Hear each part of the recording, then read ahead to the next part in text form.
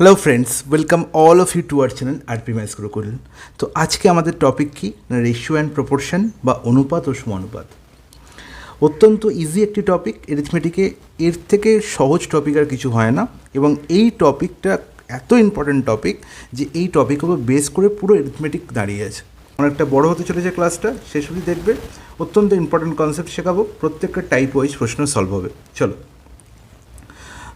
দেখো, আমাদের সবকটি ক্লাস কমপ্লিট হয়ে গেছে। এলসিএম এসিএফ হয়ে গেল, সিম্পলিফিকেশন হয়ে গেল, রেশিও প্রপোর্শন আজকে কমপ্লিট হয়ে যাচ্ছে। টাইম অ্যান্ড ওয়ার্ক সবার প্রথমে করেইছি, টাইম অ্যান্ড ডিস্টেন্স করিয়ে দিয়েছি, average, percentage, profit and loss, fraction, simple interest, পুরো সিলেবাস কমপ্লিট করে দিয়েছি তোমাদের। আশা করব এই লাস্ট কদিন একবার যদি রিভাইজ করে নাও, ব্যাস গ্রুপ ডিও প্রত্যেকটা সিলেবাস কমপ্লিট হয়ে গেছে।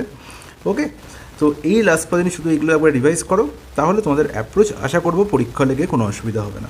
চলো, আজকের ক্লাসের প্রথম যে টাইপটা, যেখানে আমাদের সাধারণত রেশিওর বেসিক বোঝানো হয়ে থাকে। রেশিওর উপর আমি একটা ডেডিকেটেড ক্লাস নিয়েছিলাম এসএসসি জিডির জন্য। সেই ক্লাসটা একদম বেসিক থেকে বলেছিলাম, সেই ক্লাসটা তোমরা একবার দেখে নিও, তাহলে তোমাদের বেসিকটা আর একটু ক্লিয়ার হয়ে যাবে। কিন্তু এই অঙ্কগুলো সলভ করলে তোমাদের আশা করি কোনো অসুবিধা হবে বলে মনে হয় না। ওকে, চলো, টাইপ ওয়ানে সাধারণত আমরা সেই সমস্ত প্রশ্ন সলভ করব। কী হলো রে ভাই, যেখানে আমাদের এই ধরনের প্রশ্ন থাকবে, ডাইরেক্ট রেশিও থেকে প্রশ্ন। দেখো, রেশিও সাধারণত আমরা দেখে থাকি এখানে যে দুটো রেশিওকে ইকুয়েট করা হয় এবং সেখানে তিনটে টার্মের ভ্যালু দেওয়া হয়, একটা টার্মের ভ্যালু নির্ণয় করতে হয়। সাধারণত তোমরা কীভাবে অ্যাপ্রোচ করো এই ধরনের প্রশ্নে? তোমরা বলো যে 3:x এর মানেই হচ্ছে 3/x, a:b মানেও যা, আর a/b মানেও তাই। ওকে, শুধু আমাদের দেখার টেকনিকটা আলাদা, আর কিছুই না। ঠিক আছে, তাহলে আলটিমেট 3:5 মানে আমি 3/5 লিখতে পারি। সরি, এখানে এক্স কেন লিখলাম, ভেরি সরি। কী লেখা আছে? 3:5 x:75। তোমরা কি বলবে এখান থেকে? এটা 3/5 হচ্ছে x/75। এবার তোমরা করবে কি, তোমরা এরকম কোনাকুনি গুণ করবে।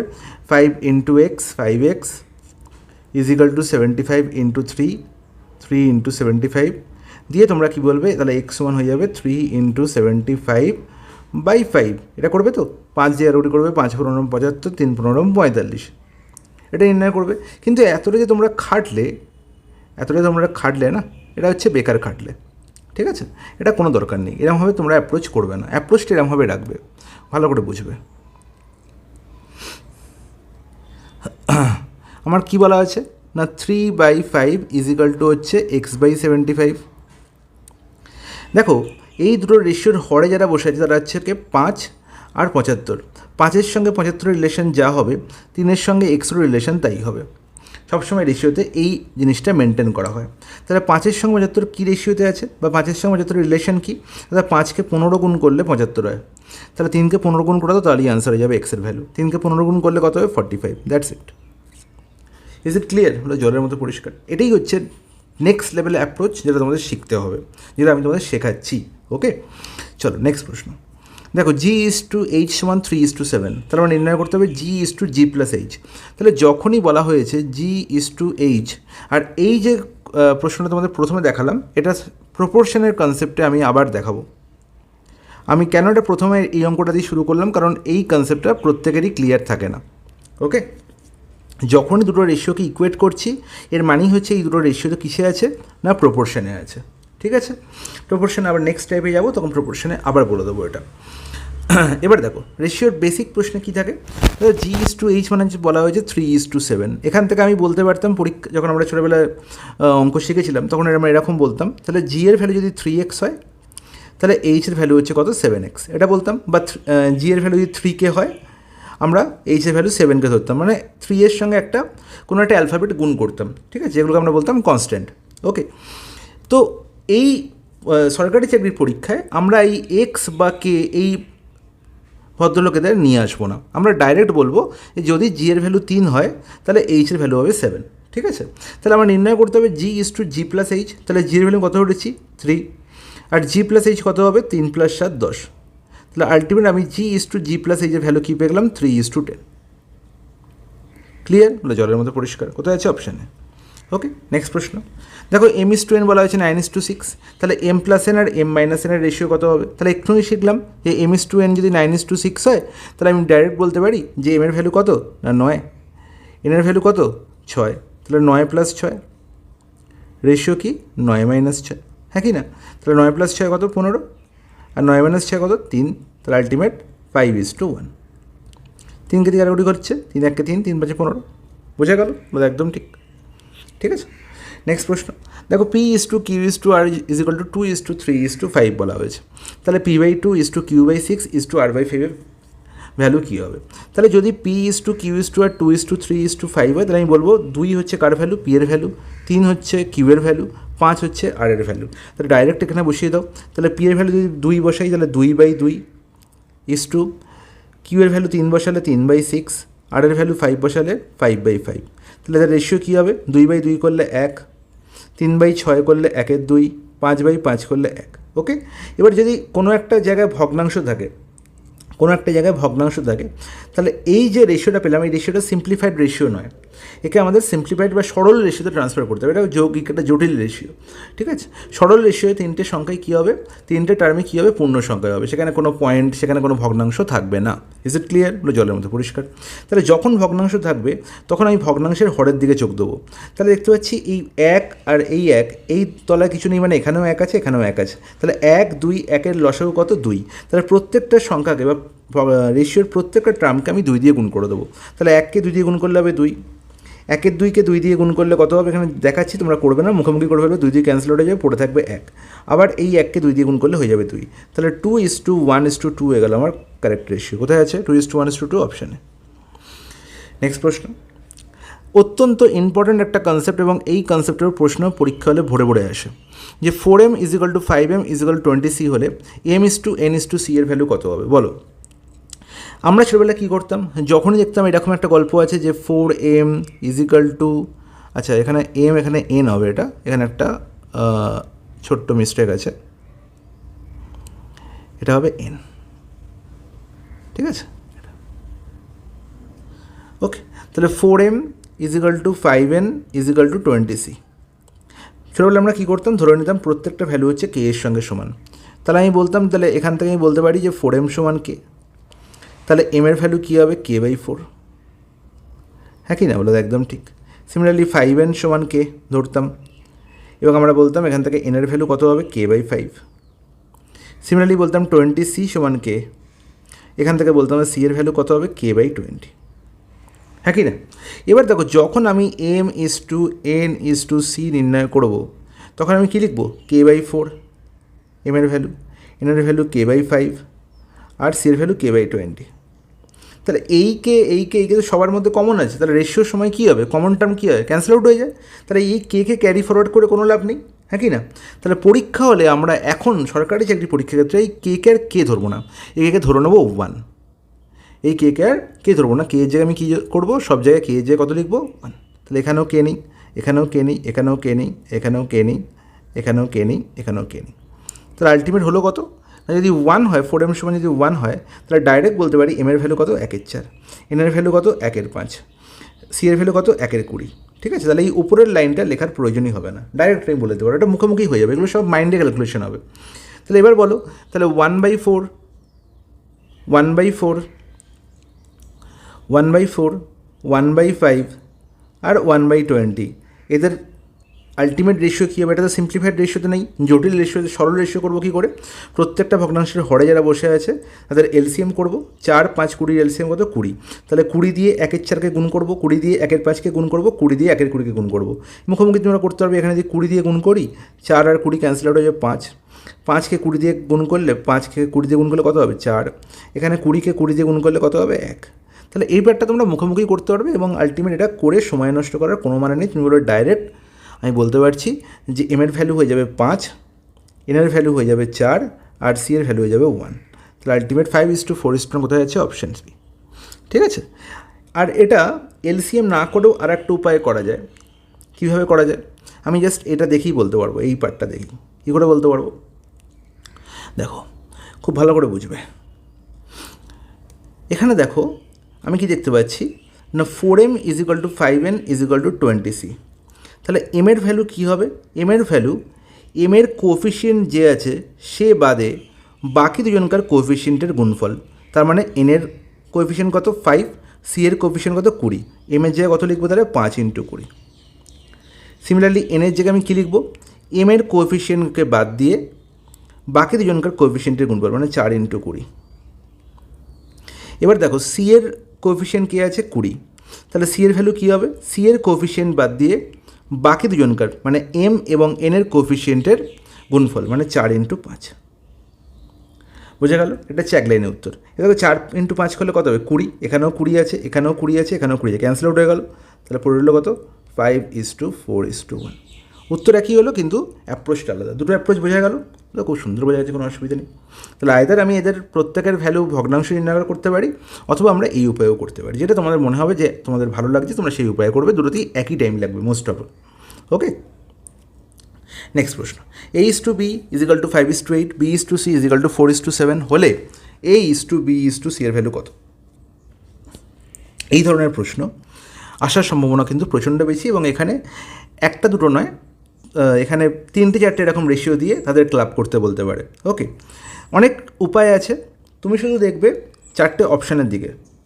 দেখবে আমাকে A:B এর ভ্যালু বলা আছে, B:C এর ভ্যালুও বলা আছে, আমাকে A:B:C এর ভ্যালু নির্ণয় করতে হবে।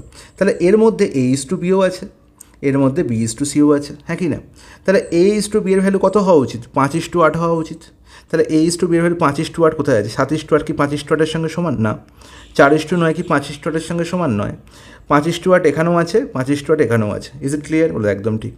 এবার দেখো B:C এর ভ্যালু কত? 4:7। তাহলে B:C এর ভ্যালু যদি 4:7 হয়, তাহলে এখানেও 4:7 হওয়া উচিত। তাহলে 4:7 কোথায় দেখি? 8:10। এখানে 8, এখানে 10, 10-এর মধ্যে তো 7 নেই, তাহলে ডি আনসার হতে পারে না। তাহলে অপশান সি হবে কারেক্ট আনসার। দেখো 8:14কে আমি আলটিমেট কী বলতে পারি? 2 দিয়ে কাটাকুটি করলে 2×4 8, 2×7 14, 4:7 বলা যায় তো? বলে একদম ঠিক বলা যায়। তাহলে এর থেকে ইজি মেথড আর পৃথিবীতে হয় না। এছাড়া যখন তোমরা শিখেছিলে এই ধরনের প্রশ্ন, তখন তোমরা এভাবে করতে। দেখো আমরা কি বলতাম যে এখানেও বি আছে রেশিওর মধ্যে, আর এখানেও রেশিওর মধ্যে বি আছে। তাহলে দুটো রেশিওতেই কমন টার্ম বি, তাহলে দুটো রেশিওতেই বিকে আমায় সমান করতে হবে। তাহলে যদি বিকে সমান করতে হয়, এখানে দেখতে পাচ্ছি বি এর ভ্যালু কত? 8, এখানে দেখতে পাচ্ছি বি এর ভ্যালু 4। তাহলে 4 আর 8-এর মধ্যে আমি দেখতে পাচ্ছি একটা সুন্দর সম্পর্ক আছে, কি না 4কে ডাইরেক্ট আমি 2 দিয়ে গুণ করলে 8 পেয়ে যাই। তাহলে আমি 4কে 2 দিয়ে গুণ করে দিই, আর রেশিও কোনো একটা টার্মকে 2 দিয়ে গুণ করা মানে অপর টার্মকে 2 দিয়ে গুণ করতে হবে। তাহলে আলটিমেট B:C কত হয়ে গেল? 8:14 হয়ে গেল। তাহলে এবার দেখো এখানে বি এর ভ্যালু কত হয়ে গেল? 8, এখানেও বি এর ভ্যালু কত হয়ে গেল? 8। তাহলে দুই জায়গায় যখন বি এর ভ্যালু 8, তাহলে A:B:C নির্ণয় করার সময় আমি বিকে আর দুবার লিখবো না, একবারই লিখবো। এর ভ্যালু কত ছিল? 5, বি এর ভ্যালু 8, আর সি এর ভ্যালু কত? 14। এটা ছিল আমাদের একটা পদ্ধতি। নেক্সট পদ্ধতি আর কি শিখেছি আমরা এরমভাবেও শিখেছি। দাদা A:B বলা আছে কত? দাদা 5:8। দাদা B:C কত বলা আছে? দাদা 4:7 বলা আছে। তোমরা কি করবে? 5-এর সঙ্গে 4 গুণ করবে, গুণ করে ঠিক এর নিচে লিখবে, 5-এর নিচে কত দাদা? 5-এর কত? 20। ঠিক আছে। 8-এর সঙ্গে 4 গুণ করবে, গুণ করে কোথায় লিখবে? ঠিক এর নিচে কত? 32। 8-এর সঙ্গে 7 গুণ করবে, করে হবে কত? 56। বোঝা গেল? এবার 4 দিয়ে দেখো প্রত্যেকটা সংখ্যা ভাগ যাচ্ছে, 4-5-এ 20, 4-8-এ 32, 4-14 56, ব্যাস 5:8:4 14। বোঝা গেল? তাহলে এত উপায়ে আমরা এই ধরনের প্রশ্নের সলিউশন করতে পারি। এতগুলো উপায় আছে, যেটা তোমাদের ইচ্ছা। বেস্ট মেথড হচ্ছে ফার্স্ট মেথডটা, ঠিক আছে? ওর থেকে সহজ মেথড পৃথিবীতে আর হয় না। যতগুলি এখানে A:B আছে, B:C আসছে, এর সঙ্গে C:D অ্যাড হতে পারে, এর সঙ্গে D:E অ্যাড হতে পারে, এতগুলো অ্যাড হতে পারে, আরও মানে 1000টা এরকম রেশিও অ্যাড হতে পারে, দিয়ে একটা ফাইনাল রেশিও আসতে পারে। কিন্তু প্রত্যেকটাতেই ইন্ডিভিজুয়াল রেশিওগুলো কিন্তু সেম থাকবে। ওকে, নেক্সট কল। দেখো M:2N:2P বলা আছে 3:7:5, P:2Q বলা আছে 1/2। তাহলে M:2Q নির্ণয় করো। দেখো এখানে কিন্তু আমাকে করতে হবে M:2N:2P কত বলা আছে? 3:7:5। আর দেখো P:2Q কি বলা আছে? 1/2। আর 1/2 মানেও যা, আর 1:2 মানেও তো তাই। এতে কোনো তো আপত্তি থাকার কথা না তোমাদের, বলে না কোনো আপত্তি নেই, একদম ঠিক কথা। তাহলে আমি যদি এখানে কিউকে লিখে দিই, তাহলে তুমি বলবে এখানে কি আমি কিউয়ের জায়গায়, এখানে দেখতে পাচ্ছি পি এর জায়গায় 1 আছে, কিউয়ের জায়গায় 2 আছে। তাহলে আমি যদি পি এখানে 5 দেখি, আমাকে এখানেও পিকে 5 বানাতে হবে। কী করে 5 বানাবো? না 1কে 5 গুণ করে, আর 1কে যদি 5 গুণ করতে হয় তাহলে কিউকেও 5 গুণ করতে হবে। তাহলে আলটিমেট কত হয়ে গেল? কিউয়ের ভ্যালু কত হয়ে গেল? 10। তাহলে এবার আলটিমেট, এবার দেখো এখানেও 5 এখানেও 5, দুবার 5 লেখার দরকার নেই। তাহলে আলটিমেট আমি কিউ যদি অ্যাড করে দিই রেশিওর মধ্যে, তাহলে আমি কী পেয়ে যাবো? না 3:7:5:10 হয়ে গেল আমার m:(n:(p:)q। আমাকে নির্ণয় করতে বলেছে m:(q), তাহলে মধ্যিখানের এই নাম্বারটা আমার দরকার নেই, তাহলে 3:10 হবে আমার কারেক্ট আনসার। কোথায় আছে? অপশানটি। Is it clear? জলের মতো পরিষ্কার, কোনো অসুবিধা নেই।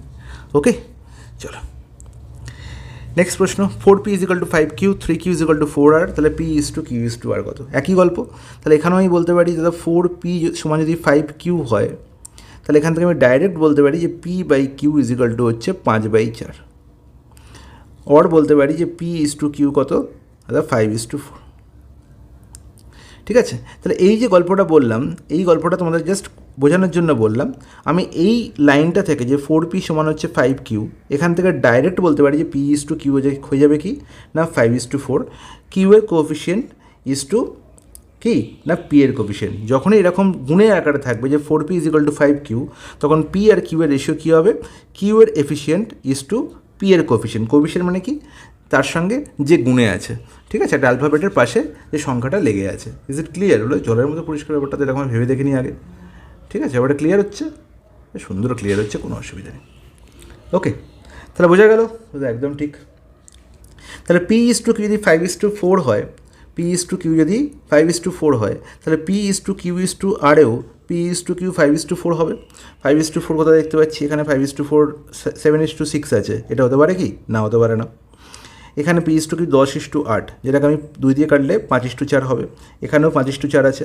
25:16, এখানে কিন্তু 5:4 নেই, তাহলে এটাও হতে পারে না। তাহলে এবার দেখতে পাচ্ছি আমি যে 3q=4r, তাহলে 3q যদি 4r হয়, তাহলে আমি এখান থেকে বলতে পারি যে q:r কত?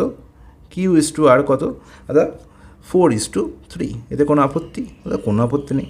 তাহলে এটা যদি 4:3 হয়, ডাইরেক্ট দেখতে পাচ্ছি 4:3 এখানে আছে, 4:3 বিতে নেই, তাহলে অপশান সি হয়ে গেল কারেক্ট আনসার। ওকে, আর এখানে দেখতে পাচ্ছি যে এখানে কিউ এর ভ্যালু 4, আর এখানেও কিউ এর ভ্যালু হচ্ছে 4, তাহলে ডাইরেক্ট আমি p:(q)r লিখতে পারি যে 5:4:3। ক্লিয়ার? বলে জলের মতো পরিষ্কার, কোনো অসুবিধা নেই। নেক্সট প্রশ্ন দেখো, a:(b) = 5:6, b:(c) 6:7, তাহলে a+b+b+c+c এর রেশিও নির্ণয় করতে হবে। তাহলে তুমি একটু আগে শিখেছো যে দাদা a:(b) যদি 5:6 বলা থাকে, আর b:6 যদি আমার 6:7 বলা থাকে, তাহলে আমি কি এখানে a+b এর ভ্যালু 5+6 প্লাস b+c এর ভ্যালু 6+7, c+a এর ভ্যালু 7+5 লিখতে পারি? লিখতে পারি কি? লিখতে পারি, কারণ আমি এখান থেকে দেখতে পাচ্ছি, এই দুটো রেশিও থেকে আমি দেখতে পাচ্ছি যে এই দুটো রেশিওতে বি এর ভ্যালু দুই জায়গাতেই 6 আছে, তাই। ঠিক আছে, এবং এখান থেকে আমি ফার্স্ট স্টেপ হবে আমার এটা করা যে a:b যদি 5:6 হয়, b:c যদি 6:7 হয়, তাহলে a:b:6 কত? না দাদা 5:6:7, কারণ দুটো রেশিওতেই বি ভদ্রলোক একই ভ্যালু নিয়ে বসে আছে, এখানেও 6 এখানেও 6। যদি না থাকতো, যদি এখানে a:b এরকম থাকতো 5:6, এবং b:c যদি এরকম থাকতো যে 12:7, তখন কিন্তু আমি আর এই ব্যাপারটা লিখতে পারতাম না, কারণ আমাকে আগে a:b:c বানাতে হবে। তাহলে a:b:c এখানে বানাতে গেলে দেখতে পাচ্ছি এখানে b 12 আছে, এখানে 6, তাহলে বিকে এখানে 12 বানাও, তাহলে এখানে 2 দিয়ে গুণ, এখানে তাহলে 2 দিয়ে গুণ, তাহলে আলটিমেট তখন ভ্যালু হতো a:b:c কত হতো? 10:12:7। তাহলে তখন আমাকে a+bর ভ্যালু কত লিখতে হতো? 10+12, b+cর ভ্যালু কত লিখতে হতো? 12+7, আর a+c কত হতো? 10+7। Is it clear? জলের মতো পরিষ্কার, কোনো অসুবিধা নেই। এই ব্যাপারটা কিন্তু খেয়াল রাখবে। ওকে, তাহলে এখানে আনসার কত হবে? দাদা 5+6 11, 6+7 13, আর 7+5 12। তোমাদের প্রত্যেককে একটা বলে দিই, তাহলে আনসার কোনটা হলো? Option B. যে প্রত্যেককে কিন্তু আমাদের টেলিগ্রাম চ্যানেল কিন্তু জয়েন হয়ে থাকবে, আরপি ম্যাথস গুরুকুল। ওকে, এই আরপি ম্যাথস গুরুকুল আমাদের ইউটিউব চ্যানেলের নাম, আমাদের টেলিগ্রাম চ্যানেলের নাম। ওকে, আর লিঙ্ক তো তোমার দেওয়াই থাকে আমাদের ডেসক্রিপশানে, লিঙ্ক ওখান থেকে পেয়ে যাবে, ঠিক আছে। কারণ কেন বলছি তোমাদের টেলিগ্রামে জয়েন হয়ে থাকতে, কারণ প্রত্যেকটার ক্লাসের পিডিএফ আমাদের টেলিগ্রাম চ্যানেলে দেওয়া হয়। এর সঙ্গে আমাদের ক্লাসের যখনই আমি আপলোড করি সঙ্গে সঙ্গে তার ইনফরমেশন আমি টেলিগ্রামে দিয়ে দিই। যেহেতু আমার এখন লাইভ ক্লাস করানো সম্ভব হচ্ছে না তোমাদের, তাই তোমরা নোটিফিকেশান পাবে না, তোমাদের অসুবিধা হবে।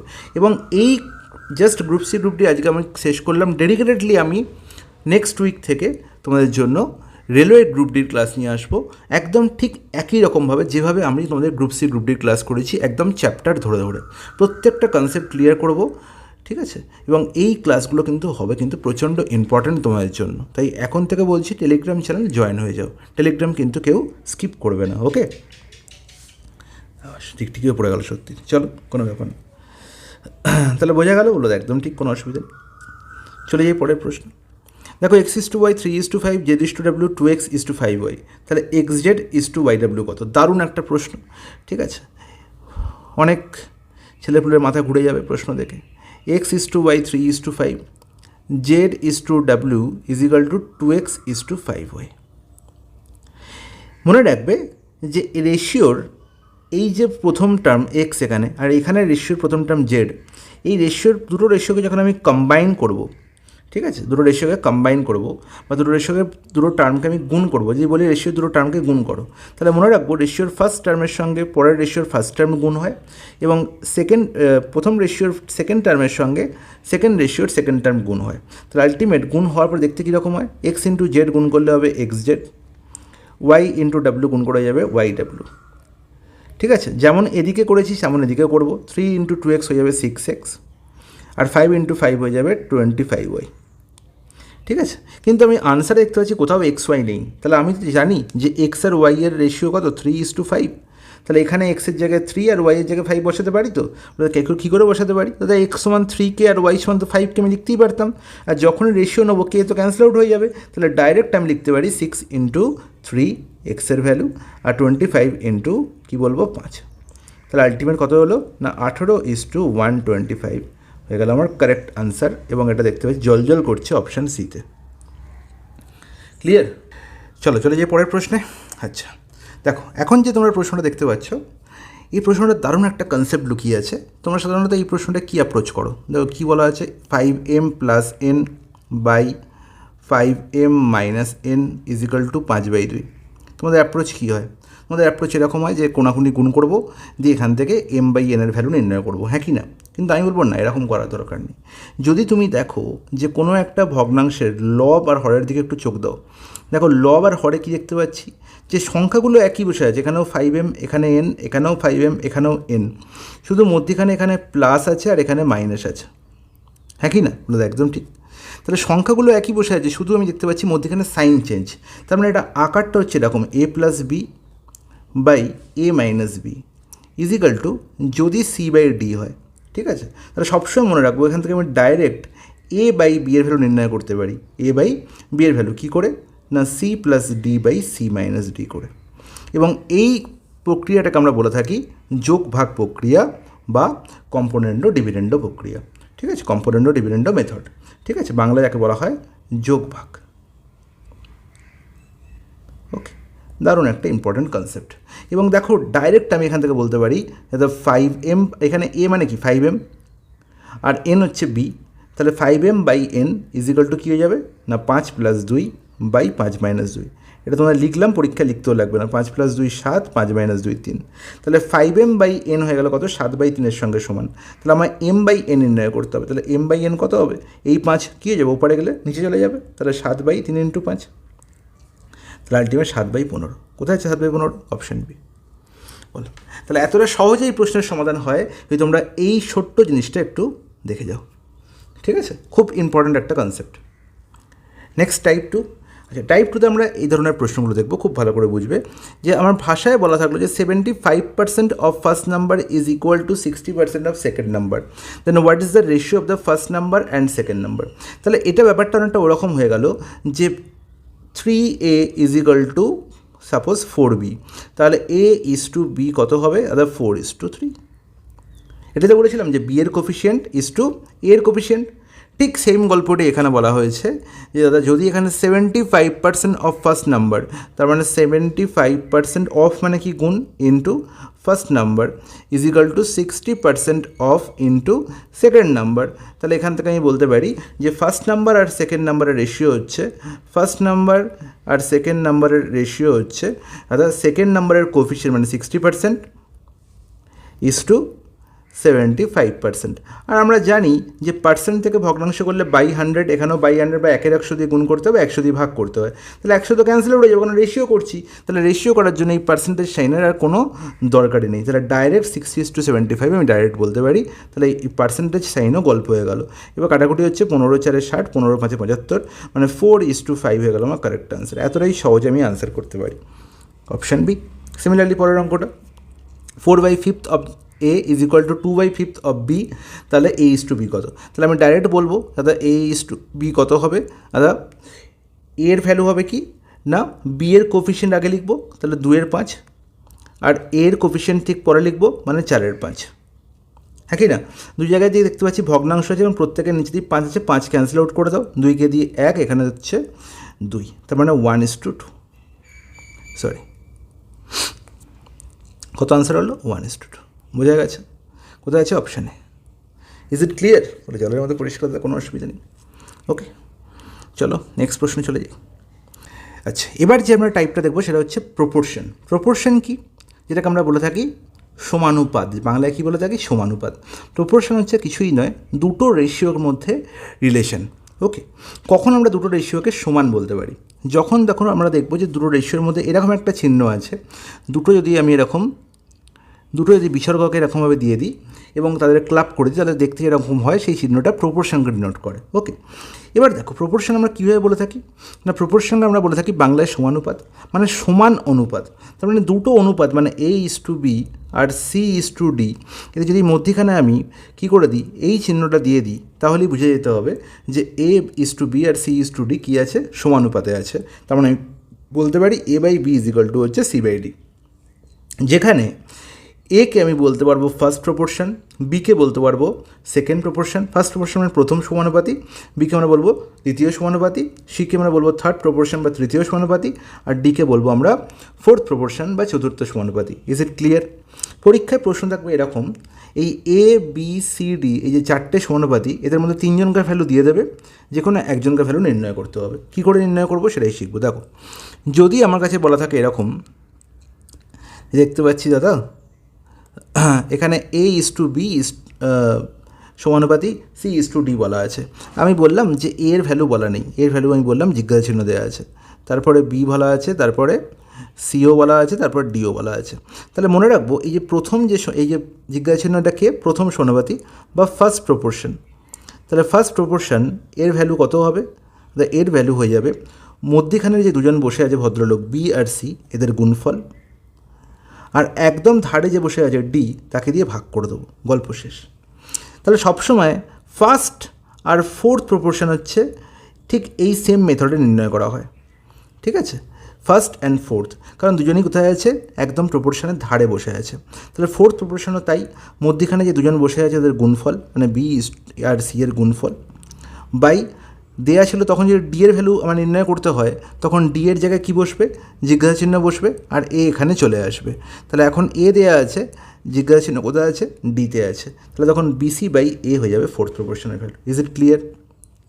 একদম ঠিক, কোনো অসুবিধা নেই। এবার যদি আমরা সেকেন্ড আর থার্ডে যাই, এখানে গল্প দুজনকার একই। সেকেন্ড প্রপোর্শনের ভ্যালু কী করে নির্ণয় করব? সেকেন্ড প্রপোর্শনের জন্য আমি কী করব না, ধারের ভদ্রলোককে গুণ করব। তাহলে দেখো ধারের ভদ্রলোক দুজন এখনকার ভ্যালু দেয়া, এদের ভ্যালু দেয়া আছে, ঠিক আছে?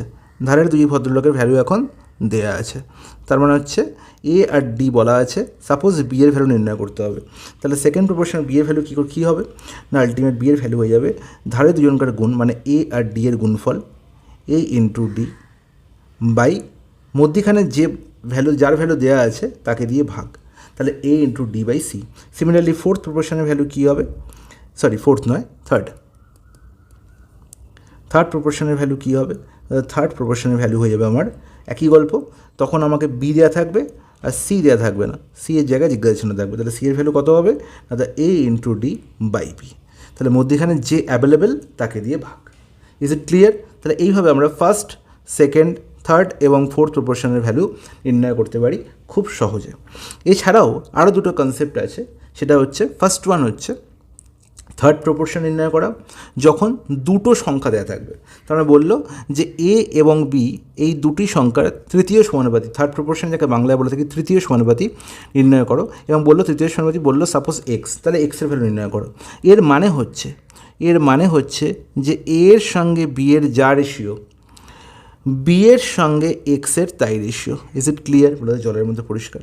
তাহলে এ ইজ টু বি তখন প্রপোর্শন তৈরি করেছে কার সঙ্গে? না বি এর সঙ্গে এক্স। তাহলে এই দুটো রেশিওতে যখন দুটো টার্ম দেওয়া আছে, এর মানে হচ্ছে একজন টার্ম দুটো রেশিওতেই কমন আছে, এবং সেই কমন টার্ম হচ্ছে কে? না বি। তাহলে এখান থেকে আমি ডাইরেক্ট বলতে পারি যে এক্সের ভ্যালু, যাকে আমরা এখানে থার্ড প্রপোর্শন বলে চিনছি, অ্যাকচুয়ালি কিন্তু সে এখানে কোথায় চলে আসছে? না ফোর্থ টার্মে, মানে ফোর্থ প্রপোর্শনের ভ্যালু পাওয়া যাচ্ছে। তাহলে এক্সের ভ্যালু কী হবে? মধ্যেখানে দুজনকার ভদ্রলোকের গুণ, মানে বি স্কোয়ার বাই হচ্ছে এ। Is it clear? হলো জলের মতো পরিষ্কার, কোনো অসুবিধা নেই। তাহলে থার্ড প্রপোর্শনের ভ্যালু দুটো সংখ্যা দেওয়া থাকলে কী করব? একদম লাস্টে যে সংখ্যাটা আছে তার স্কোয়ার বাই ফার্স্ট সংখ্যা। Is it clear? এবার তো ব্যাপারটা খুব সুন্দর বোঝা গেছে। নেক্সট হচ্ছে মিন প্রপোর্শন বা মধ্য সমানুপাতি। দারুণ একটা ইম্পর্টেন্ট কনসেপ্ট। মিন প্রপোর্শন যদি বলে যে দুটো সংখ্যা দিয়ে দিল এ এবং বি, বললো এদের মিন প্রপোর্শন এক্স, এক্সের ভ্যালু নির্ণয় করো। এর মানে হচ্ছে এর সঙ্গে এক্সের যা রেশিও, এক্সের সঙ্গে বি এর তাই রেশিও। Is it clear? খুব সুন্দর বোঝা গেল, কোনো অসুবিধা নেই।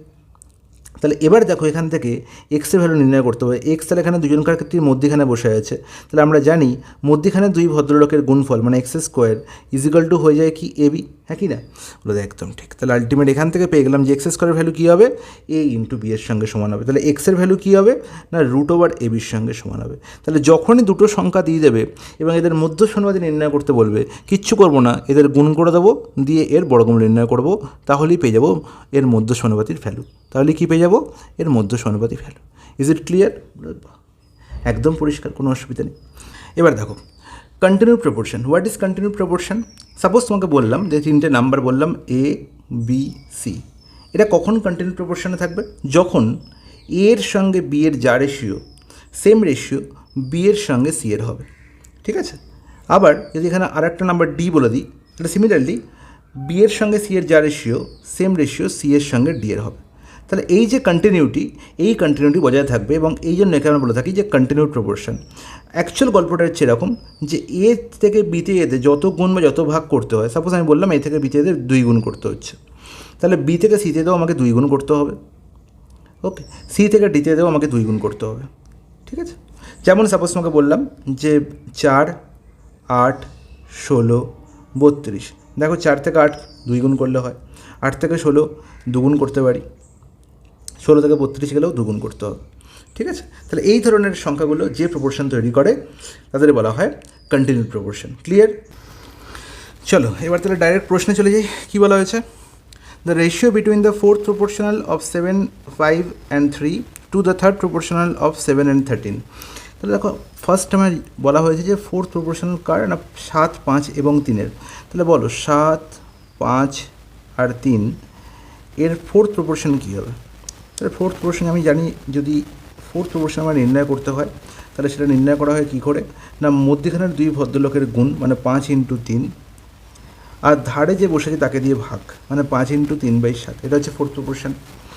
আর 7 আর 3 বলা হয়েছে, এদের বলেছে 7 আর 13 বলা হয়েছে, এদের থার্ড প্রপোর্শন নির্ণয় করতে হবে। থার্ড প্রপোর্শন মানেটা কি? না 7-এর সঙ্গে 13-র যা রেশিও, 7-এর সঙ্গে 13-র যা রেশিও, 13-র সঙ্গে থার্ড প্রপোর্শন যে ভদ্রলোক ধরলাম এক্স, তার তাই রেশিও। তাহলে আমি কী বলেছিলাম কী করে নির্ণয় করব? না মধ্যখানে দুজনকে গুণ, মানে 7 আর 13-র মধ্যে লাস্টে যে বসে আছে তার স্কোয়ার করে দেবো, 13 স্কোয়ার বাই ফার্স্ট যে ভদ্রলোক আছে তাকে দিয়ে ভাগ করে দেবো। তাহলে এই হয়ে যাবে third proportion. Is it clear?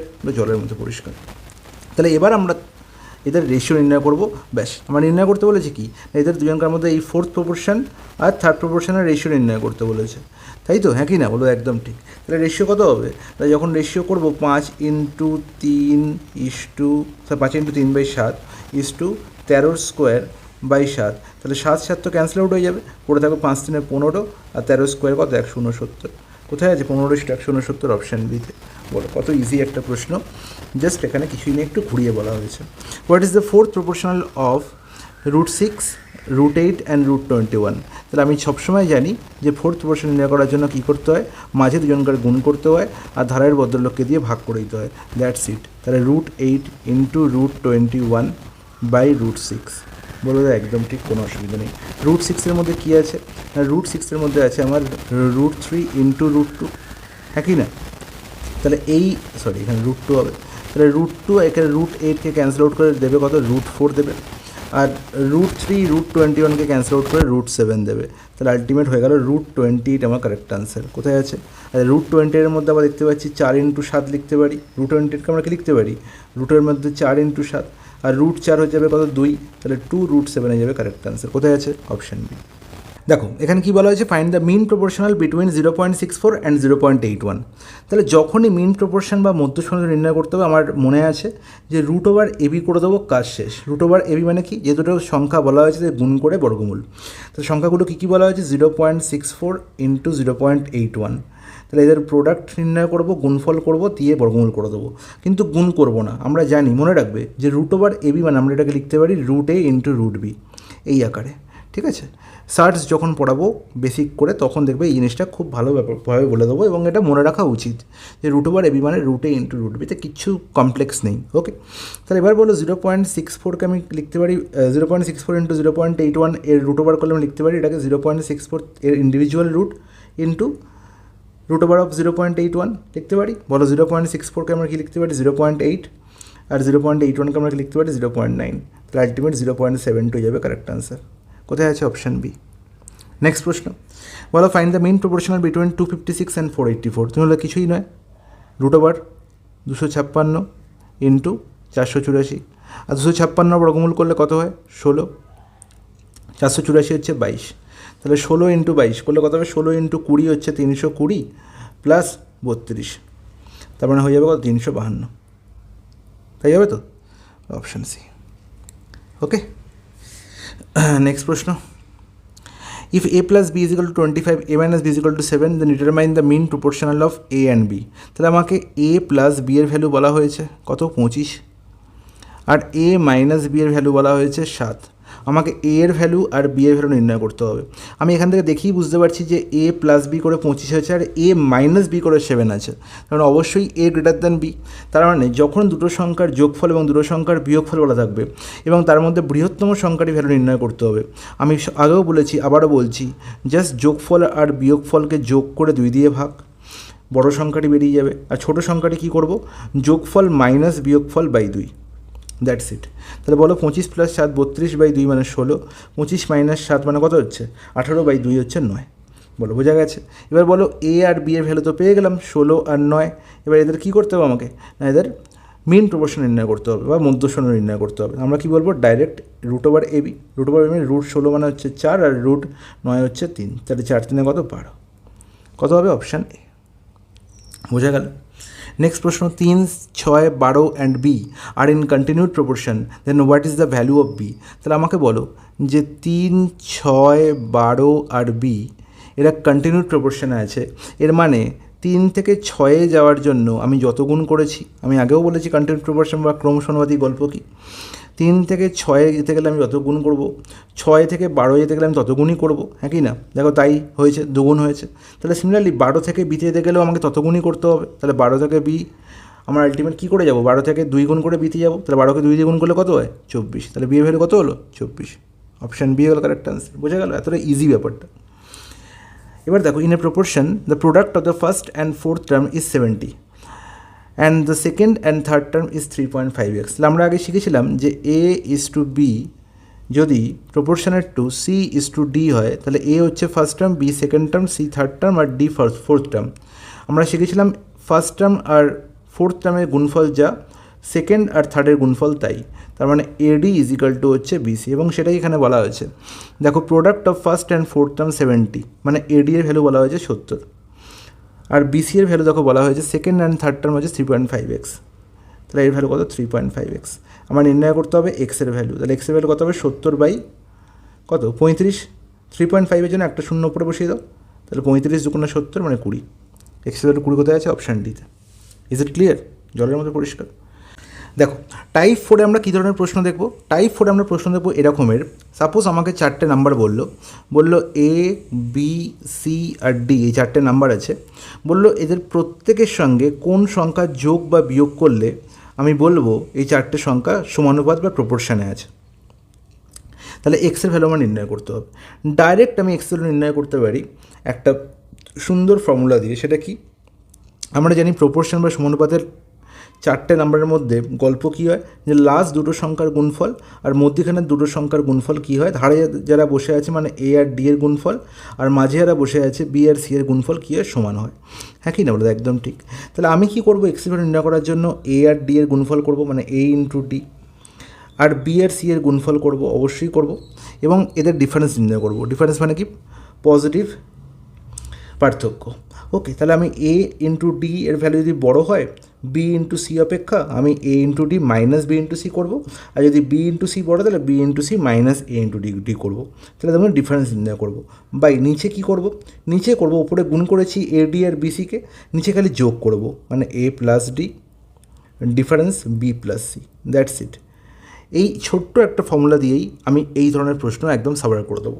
দেখো 9, 16, 13 আর 23 এদের সঙ্গে প্রত্যেকটা সংখ্যার সাথে কোন সংখ্যাটা যোগ করলে, নিম্নলিখিত কোন সংখ্যাটি যোগ করলে আমার কী হবে না এই 4টে সংখ্যা সমানুপাতে থাকবে। কি করব? আমি এক্ষুনি বলেছি।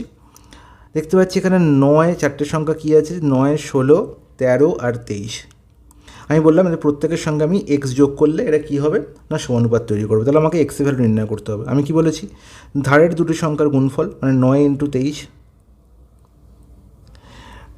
ডিফারেন্স কার সঙ্গে না মাঝের দুটো সংখ্যার গুণফলের থেকে, বাই নিচে উপরে গুণ করেছি নিচে যোগ করব, 9 প্লাস 23 ডিফারেন্স 16 প্লাস 13।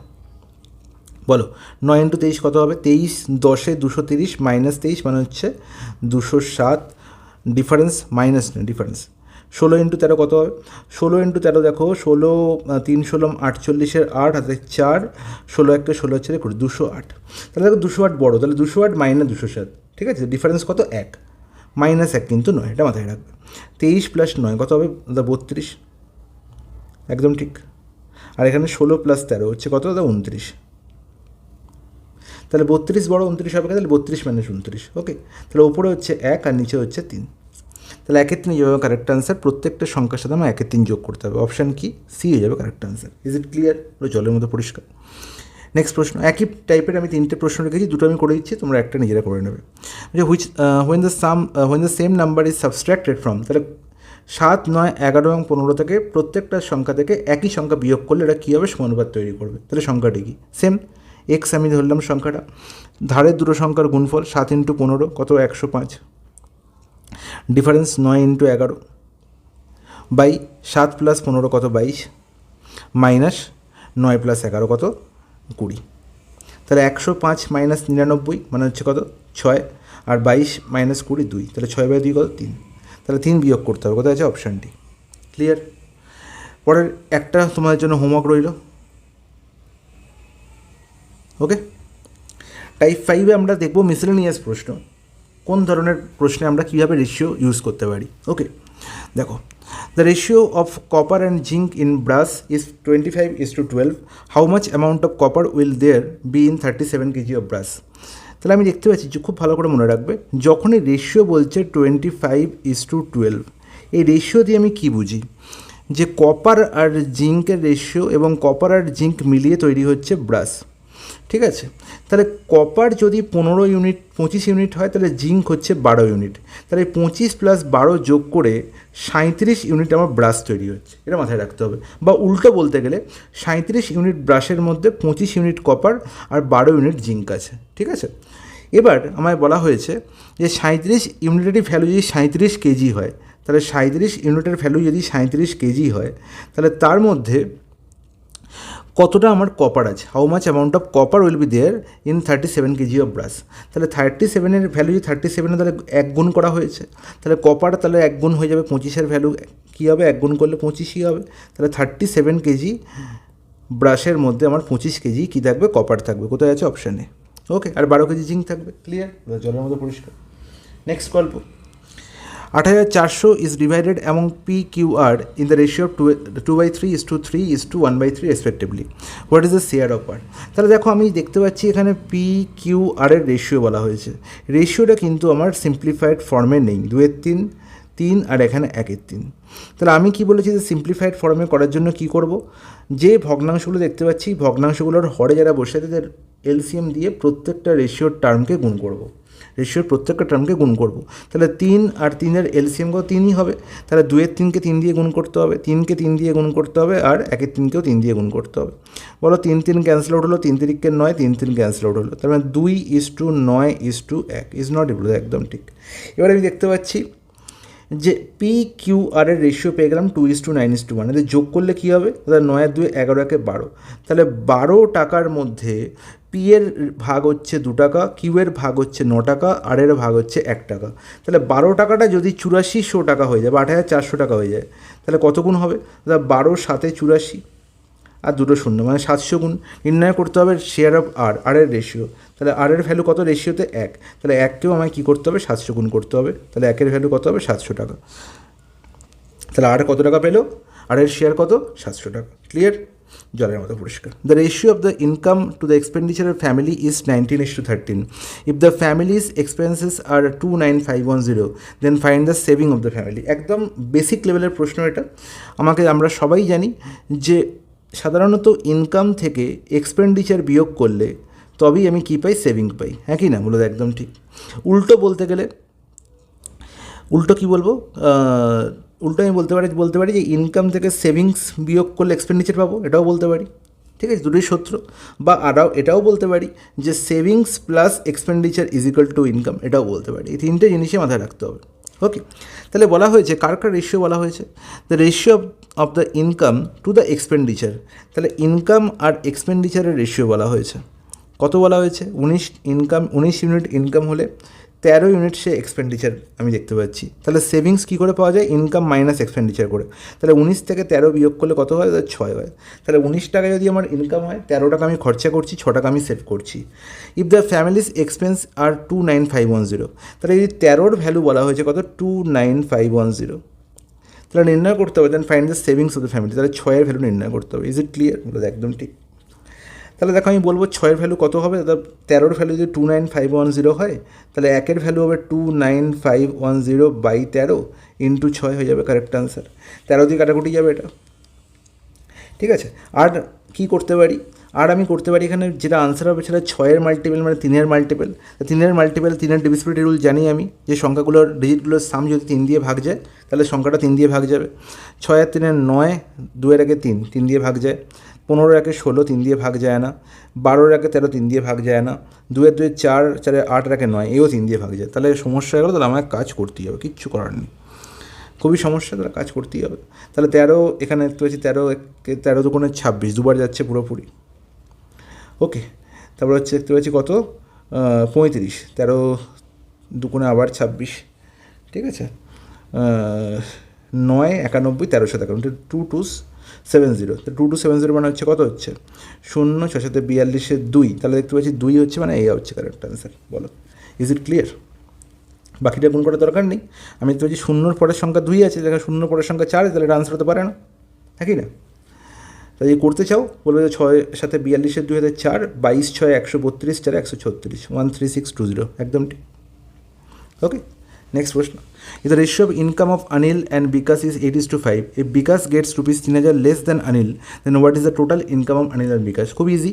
অনিল আর বিকাশের আমি কি দেখতে পাচ্ছি? ইনকাম রেশিও দেখতে পাচ্ছি 8:5। বিকাশ গেটস ₹3000 লেস দেন অনিল। তাহলে এখানে দেখতে পাচ্ছি রেশিওর মধ্যে 8 ইউনিট যদি অনিল পায়, বিকাশ পাচ্ছে 5 ইউনিট। তাহলে বিকাশ কত কম পাচ্ছে? না 8 - 5, 3 ইউনিট কম পাচ্ছে। আর এই 3-এর ভ্যালু আমার প্রশ্নে বলা হয়েছে কত? 3000 টাকা। বিকাশ 3000 টাকা কম পাচ্ছে। Then what is the total income of Anil and বিকাশ?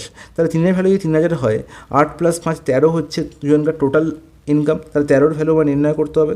3 থেকে 3000কে কী করেছি? 1000 গুণ করেছি, 13-এর সঙ্গে 1000 গুণ করে দেবো, 13,000 হয়ে যাবে আমার কারেক্ট আনসার। বলো, ক্লিয়ার? বলো, ইজি, খুবই ইজি ব্যাপার। নেক্সট প্রশ্ন। 2 numbers are in the ratio 3:8. If 8 is added to each number, then the ratio become 1:2. If 4 is subtracted from each number, the ratio will be. খুব দারুণ একটা প্রশ্ন। তাহলে আমি দেখতে পাচ্ছি রেশিও দুটো টার্ম বলা হয়েছে 3:8। এবার কি বলা হলো না, দুজনকার সঙ্গে রেশিও দুটো টার্মের সঙ্গে 8 যোগ করা হয়েছে, যা খুশি যোগ করা হোক, দুটো টার্মের সঙ্গে সেম নাম্বার যোগ করা হয়েছে, এটা হচ্ছে মাথায় রাখতে হবে। এবং করার ফলে রেশিওটা হয়ে গেছে কি 1:2, রেশিও হয়ে গেছে কত 1:2। ওকে, তাহলে আমি দেখতে পাচ্ছি যে 3-এর সঙ্গে যা যোগ করেছি 8-এর সঙ্গেও তাই যোগ করেছি, তাহলে 3-এর সঙ্গে আমি কিছু একটা সংখ্যা যোগ করেছি, তাতে আমার 1 হয়েছে। সম্ভব কি 3 থেকে 1 ডিফারেন্স এখানে দেখতে পাচ্ছি, 3 থেকে 1 ছোটো হয়ে গেছে নাম্বার, 8 থেকে 2 ছোটো হয়ে গেছে নাম্বার, কী করে হলো? তাহলে সেক্ষেত্রে আমাকে যদি এখানে সমান সংখ্যা যোগ মানে ডিফারেন্স যদি সমান করতে হয়, এবং এখানে দেখতে চাই যে 3 অপেক্ষা বড় এবং এখানেও 8 অপেক্ষা বড় সংখ্যা আছে, সেই ক্ষেত্রে আমার এটা করতে হবে যে রেশিওর ইন্ডিভিজুয়াল দুটো রেশিও দেখতে পাচ্ছি, একটা 3:8 আর একটা 1:2, এই দুটো রেশিওরই ইন্ডিভিজুয়াল টার্মগুলোর মধ্যে ডিফারেন্স আমার সেম করতে হবে। 3 আর 8-এর মধ্যে ডিফারেন্স কত 5, 1 আর 2-এর মধ্যে ডিফারেন্স কত 1, তাহলে দুটো ডিফারেন্স কি সেম না? তাহলে আমাকে 1 আর 5-এর এলসিএম নিতে হবে, 1 আর 5-এর এলসিএম কত 5, তাহলে আমাকে 1-কে 5 বানাতে হবে, তাহলে 1-কে 5 বানাতে গেলে আমাকে 5 দিয়ে গুণ করতে হবে, তাহলে ডিফারেন্সকে 5 দিয়ে গুণ করা মানে রেশিওর প্রত্যেকটা টার্মকেও 5 দিয়ে গুণ করতে হবে, এখানেও 5 দিয়ে গুণ, এখানেও 5 দিয়ে গুণ। তাহলে এবার দেখো সংখ্যা দুটো কী হলো, 5 দিয়ে গুণ করলে এ হয়ে গেল 5 আর এ হয়ে গেল কত 10, এ হয়ে গেল 5 আর এ হয়ে গেল 10। এবার দেখো তো যে 3 থেকে 5 কত যোগ করলে হয়, 2 যোগ করলে, 8 থেকে 10 কত যোগ করলে 2 যোগ করলে হলো, দুটোর ক্ষেত্রে আমি সমান ডিফারেন্স পেলাম এবং 3 অপেক্ষা বড় 8 অপেক্ষা বড় নাম্বার পেলাম, একদম ঠিক। তাহলে এখানে আমি দেখতে পাচ্ছি 2 ইউনিট যোগ করেছি, আর আলটিমেট আমার প্রশ্নে কত বলা হয়েছে, কত যোগ করা হয়েছে, বলা হয়েছে 8 যোগ করা হয়েছে, 8 ইজ অ্যাডেড, তাহলে 2-এর ভ্যালু কত 8 বলা হয়েছে। নির্ণয় করতে হবে কি, দেন 4 যদি সাবস্ট্রাক্ট করা হয় তাহলে আমার আলটিমেট রেশিও কী হবে, তাহলে অ্যাকচুয়াল নাম্বারগুলোকে নির্ণয় করে নিই। তাহলে 2-এর ভ্যালু যদি 8 হয় তাহলে 3-এর ভ্যালু কত হবে, তাহলে 2-এর ভ্যালু 8 মানে এখানে 4 গুণ হয়েছে, তাহলে 3-এর ভ্যালু 4 গুণ করলে হয়ে যাবে 12, তাহলে সংখ্যাটা ছিল 12, আর এখানেও তাহলে 8-এর ভ্যালু কত হবে, আর এখানে 4 গুণ করলে হচ্ছে 32, হ্যাঁ কি না? তাহলে 12 আর 32 ছিল সংখ্যা দুটো, এই প্রত্যেকটা থেকে 4 বিয়োগ করা হলে আলটিমেট কত হবে, 12 থেকে 4 বিয়োগ করলে 8, 32 থেকে 4 বিয়োগ করলে 28, তাহলে 8 আর 28-এর রেশিও নির্ণয় করতে হবে। কাটাকুটি যদি 4 দিয়ে 4 দুগুণে 8, 4 সাথে 28, তাহলে 2:7 হয়ে যাবে আমার কারেক্ট আনসার। কোথায় 2:7? Option C. ক্লিয়ার হলো, জলের মধ্যে পরিষ্কার। আর এই সেম কনসেপ্ট আমরা প্রবলেম অন এজেসের উপরও লাগাবো, সেম কনসেপ্ট। ওকে, যখন বয়স সংক্রান্ত অঙ্কগুলো দেখবো, বোঝা গেছে? চলো, the ratio of two number is 3:5, if their product is 3375, then what is the sum of both the number. দুটো সংখ্যার 3 আর 5, দুটো সংখ্যার রেশিও কি 3:5, বলেছে যে প্রোডাক্ট হচ্ছে 3375, তাহলে তুমি কী করবে, 3 × 5 গুণ করলে হয় 15, তাহলে 15-র ভ্যালু হবে 3375, একদম হয়ে যাবে বিশাল বড় একটা ভুল। যখন যোগের ক্ষেত্রে আমি দুটো টার্মকে আমি যোগ করতে পারি, কিন্তু গুণের ক্ষেত্রে আমি এরকমভাবে গুণ করতে পারি না, কারণ হচ্ছে আমরা জানি যে যখন দুটো সংখ্যার রেশিও 3:5 বলা হয়েছে, এদের মধ্যে একটা কমন টার্ম আছে যেটা দুজনের মধ্যে কমন, সেটা নেই, সেটা কি এদের এইচসিএফ। তাহলে সেই এইচসিএফ যদি এক্স হয়, তাহলে আমি সেই জন্যই বলি যে দুটো সংখ্যা কী কী হতে পারে, একটা 3x আর একটা হচ্ছে 5x, হ্যাঁ কি না? এবার যখন এদের গুণ করবো দুটো সংখ্যাকে, তাহলে আমি বলবো 3x × 5x করলে কত হবে, 15x² না? একদম ঠিক। তাহলে এই 15x² ভ্যালু বলা হয়েছে 3375। Is it clear? তাহলে এখান থেকে আমি এক্সের ভ্যালু পেয়ে যাব কী করে, অর্থাৎ আমি 3375কে আমি 15 দিয়ে ভাগ করব আর তার বর্গমূল করব, দ্যাটস ইট। তাহলে দেখি 15 দিয়ে কাটাকুটি হচ্ছে, একদম ঠিক 15 দুগুণে 30, 37, মানে 15 দুগুণে 30, 15 × 5 = 75, মানে 225-এর রুট করলে কত 15ই হয়, হ্যাঁ কি না? বলো একদম ঠিক। তাহলে দেখতে পাচ্ছি এক্সের ভ্যালু কত 15। এবার নির্ণয় করতে হবে যে সংখ্যা দুটোর যোগফল কত, হ্যাঁ কি না? দুটো সংখ্যার যোগফল নির্ণয় করতে বলেছে, তাহলে যোগফল তো আমি বলতে পারি 8, তাহলে 8কে জাস্ট 15 দিয়ে গুণ করে দেবো, তাহলেই শেষ। 8 15 কত 120, কোথায় আছে অপশান বি। ক্লিয়ার? ঠিক আছে। 3x আর 5x এর যোগফল কত, যোগফল তো 8x, কিন্তু গুণ করলে 15x² হয়, তাহলে এখানে একটা x এক্সট্রা আসে, এই জন্যই আমাকে এই কাজটা করতে হচ্ছে, মাথায় থাকে যেন এটা, একদম ঠিক মাথায় থাকবে, কোনো অসুবিধা নেই। Two number are in the ratio 8:9. If the sum of the two number is 102, then what is the difference between the two number? তাহলে এই অঙ্কটা আশা করি নিজেরাই করতে পারবে এতগুলো অঙ্ক করে দেওয়ার পর, হ্যাঁ কি না? The difference between the two number is 15% of their sum. Find the ratio of the smallest number to the largest number. খুব ভালো কথা, খুব ভালো করে বুঝবে। The difference between the two number, দুটো নাম্বার ধরলাম x আর হচ্ছে y, এতে আমাদের ডিফারেন্স ধরলাম x > y, এটা ধরে নিলাম যে x হচ্ছে y অপেক্ষা বড়, তাহলে x - y = হচ্ছে the difference between the two number is 15% of their sum = 15% of their sum, মানে x + y। তাহলে নির্ণয় করতে বলেছে find the ratio of the smaller number to the larger number. তাহলে smaller number to the larger number মানে Y is to X আমাকে নির্ণয় করতে বলেছে। আমি ধরেছি ওয়াই, কী ধরেছি, ওয়াই ধরেছি আমি ছোটো এবং এক্স ধরেছি বড়। তাহলে ছোটো সংখ্যার সঙ্গে বড় সংখ্যার অনুপাত মাথায় থাকে জানো, তাহলে ওয়াই ইজ টু এক্স আমার নির্ণয় করতে হবে। দেখো তো এখান থেকে আমি বলতে পারি কি না যে X minus Y by X plus Y is equal to 15%।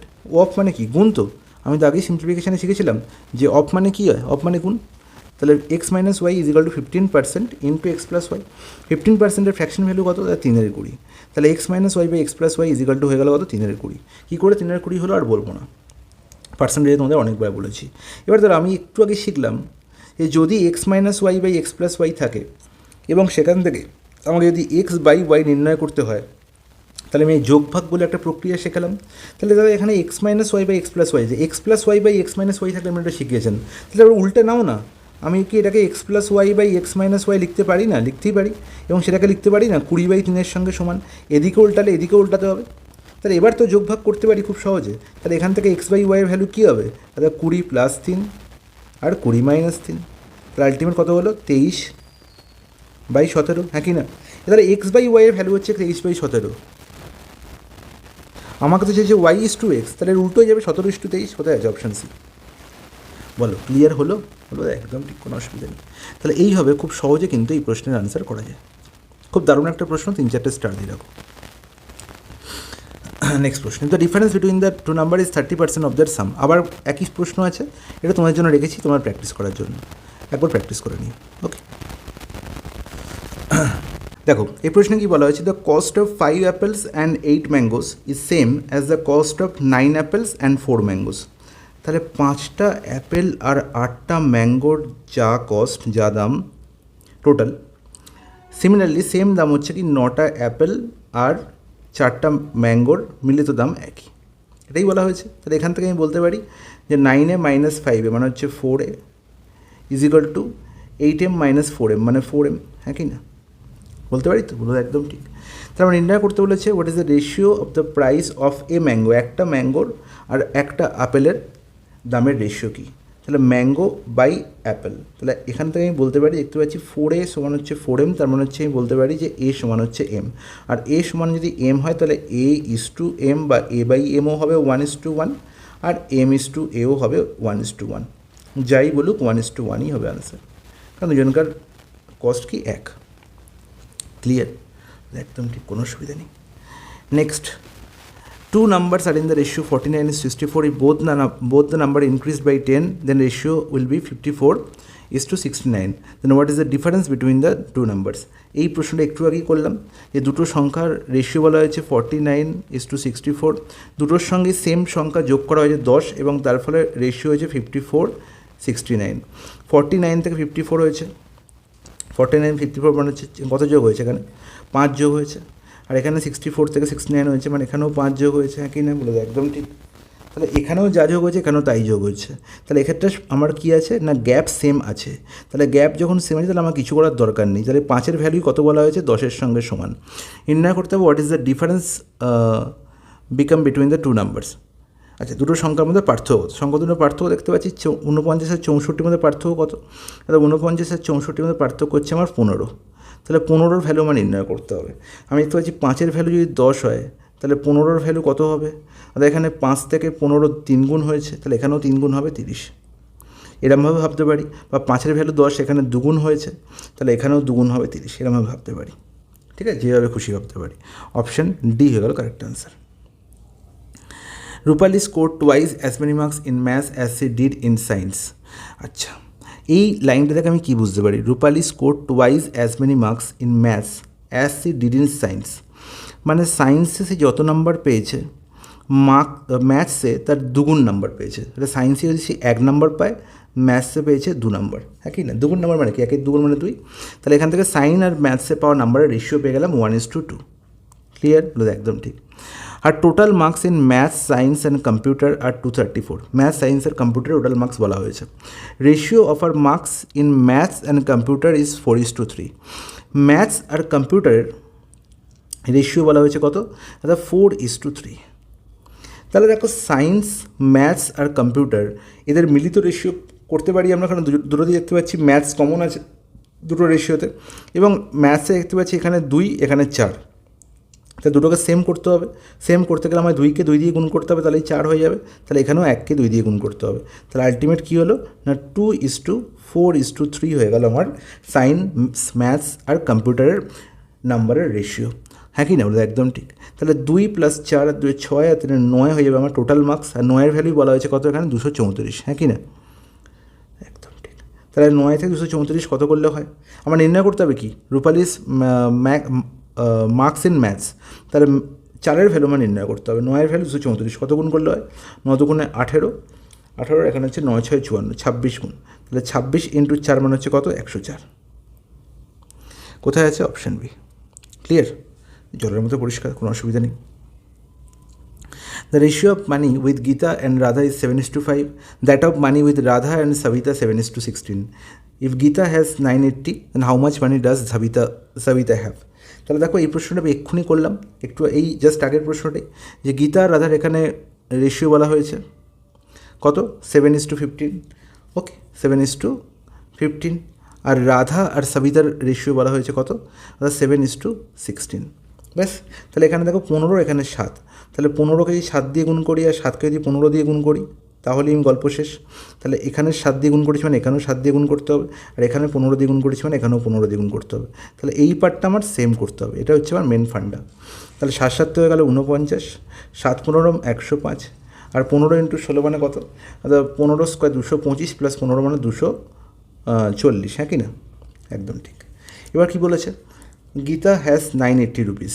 Gita has 980 মানে 49-এর ভ্যালু বলা হয়েছে কত? 980। কত গুণ করলে? 49 2 × 98, 20 গুণ করলে। নির্ণয় করতে হবে how much money Sabita. Sabita মানে 240-এর ভ্যালু নির্ণয় করতে হবে। তাহলে এখানেও 20 গুণ। তাহলে 24 2 × 48, 4800। কোথায় আছে? অপশান বিটি। ক্লিয়ার? জলের মতো পরিষ্কার, কোনো অসুবিধা নেই। Seats for engineering, management and science in university are in the ratio 7:8:9. There is a proposal to increase these seats by 20%, 30% and 60% respectively. আচ্ছা, then what will be the ratio of her increased seats? তাহলে দেখো আমি দেখতে পাচ্ছি এখানে engineering, management আর সায়েন্সের সিটের ratio বলা হয়েছে 7, 8 আর 9। তুমি আমাকে বলো যে 20% সায়েন্সের সিট বৃদ্ধি পেয়েছে। বলো তো 20%-এর ফ্র্যাকশন ভ্যালু কত? আমি আগেও বলেছিলাম যে 1/5, মানে 5 থাকলে সেটা 1 বৃদ্ধি পেয়েছে। তাহলে 1 বৃদ্ধি পেয়ে হয়েছে কত? না 5 + 1 6 হয়েছে। তাহলে আলটিমেট আমি বলতে পারলাম যে ইঞ্জিনিয়ারিংয়ের সিট হয়ে গেছে কত? 7 × 6/5। কোনো ডাউট? হলো কোনো ডাউট নেই। সিমিলারলি ম্যাথসের সিট কত হয়েছে? 30, এখানে 30% আছে। এবার যখন দেখছো পার্সেন্টেজ আছে তখন এটাকে 1/5 লেখার দরকার নেই, তুমি এটাকে এরমভাবে ভাববে, খুব ভালো করে বুঝবে। এটা করলে তোমাদের খাটুনি বাড়বে বেশি। খাটুনি কম করার জন্য তুমি কী বলবে? অর্থাৎ 20% সিট বৃদ্ধি পেয়েছে। তাহলে আগে যদি 100% থাকতো, এখন সেটা 120% হয়ে গেছে। কার? আগের সিটের 120%, মানে আগে 7 ছিল, এখন সেটা বেড়ে হয়ে গেছে 7 × 120%। ম্যাথস কী দেখতে পাচ্ছি? 30% বৃদ্ধি পেয়েছে। তাহলে ম্যাথস কত হয়েছে? 8 × 130%। সায়েন্স কত হয়েছে? 9 × 160%। ক্লিয়ার? এবার দেখো পার্সেন্টেজ চিহ্ন প্রত্যেকটা আছে, আমি জানি রেশিও করলে এই পার্সেন্টেজ সাইনের কোনো ভ্যালু নেই। তাহলে আমি পার্সেন্টেজ সাইনকে কী করতে পারি? পার্সেন্টেজ সাইনকে আমি অমিট করে দিতে পারি। হ্যাঁ কি না বলো? একদম ঠিক আছে, কোনো ডাউট নেই। তাহলে এখান থেকেও পার্সেন্টেজ উড়ে গেল, এখান থেকেও পার্সেন্টেজ উড়ে গেল, আর এখান থেকেও পার্সেন্টেজ উড়ে গেল। তাহলে আলটিমেট আমি রেশিও পেয়ে গেলাম খুব সহজে। দেখো 0 0 0 ক্যান্সেল আউট হয়ে গেল। আর কিছু কাটাকুটি যাচ্ছে, 7 12 কাটাকুটি যাচ্ছে, আর একটা 4 দিয়ে 4, এখানে 3 12, এখানে 4 2 8, এখানে 4 4 16। তাহলে আলটিমেট 7 3 21, 13 2 কত? 26, আর এখানে 9 4 কত? 36। তাহলে 21 26 36 কোথায় আছে? Option C. বলো কতটা ইজি ব্যাপার। ক্লিয়ার?